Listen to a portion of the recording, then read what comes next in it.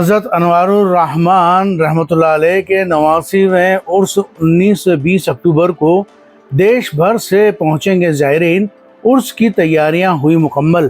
سنسار چند روڈ استھت درگاہ میر جی میں 19 سے 20 اکتوبر کو 2 روزہ عرس حضرت سید انوار الرحمان رحمۃ اللہ علیہ کے منائے جائیں گے۔ عرس میں دیش بھر سے زائرین شرکت کرنے پہنچیں گے۔ سجادہ نشین ڈاکٹر سید حبیب الرحمان نیازی نے کہا کہ حضرت انوار الرحمان رحمۃ اللہ علیہ کا یہ 79واں عرس ہے۔ ہر سال ہزاروں کی تعداد میں عقیدت مند شرکت کرنے دیش بھر سے آتے ہیں۔ انہوں نے کہا کہ 2 روزہ عرس میں پہلے دن قرآن خوانی اور شام کو قوالی کی محفل سجے گی، دوسرے دن کل کی رسم کے اور قوالی ہوگی۔ انہوں نے کہا کہ تیسرے دن بڑے پیر صاحب کا کل ہوگا اور اپنی منتوں کے لیے عقیدت مند چراغاں کریں گے۔ جن کی منتیں پوری ہوں گی وہ دیے روشن کریں گے۔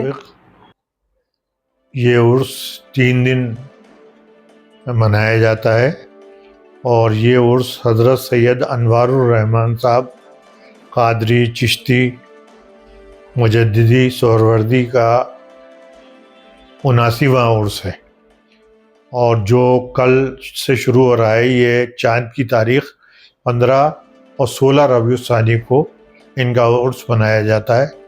تو کل فجر کے بعد قرآن خوانی سے عرس کی شروعات ہوگی۔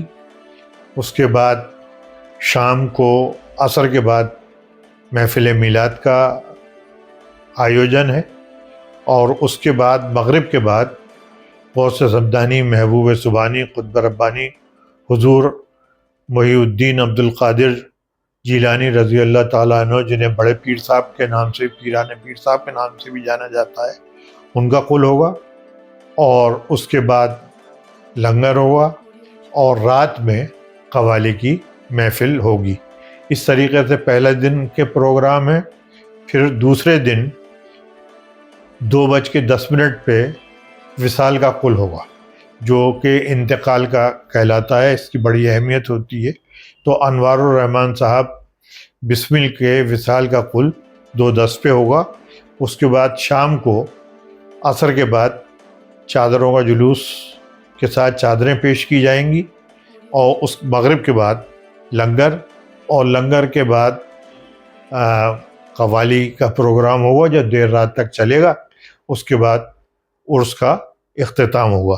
یہ 2 روز تو عرس کے ہیں، اور تیسرا دن جو ہے اس میں پیران پیر بڑے پیر صاحب غوث پاک کی فاتحہ ہوتی ہے، اور ان کے نام کے چراغ روشن کیے جاتے ہیں۔ لوگ منت کے چراغ اٹھاتے ہیں، اور جن کی منتیں پوری ہو جاتی ہیں تو وہ مٹی کے دیوں کے ساتھ اپنے منت کو پورا کرتے ہیں اور چراغ جلاتے ہیں، چراغ روشن کرتے ہیں درگاہ میں۔ یہ 3 دن کا پروگرام ہوتا ہے۔ اس میں کہاں سے قوال آ رہے ہیں، لوگوں کا کس طریقے کا عمل؟ اس میں ہم لوگ لمیٹیڈ قوالوں کو ہی بلاتے ہیں، تو کچھ 3-4 چوکیاں تو یو پی سے آتی ہیں، اور استھانیہ چوکیاں قوالوں کی ہوتی ہیں۔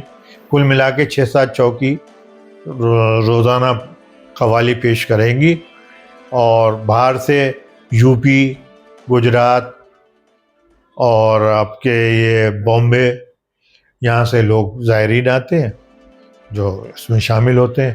حیدرآباد سے بھی آتے ہیں۔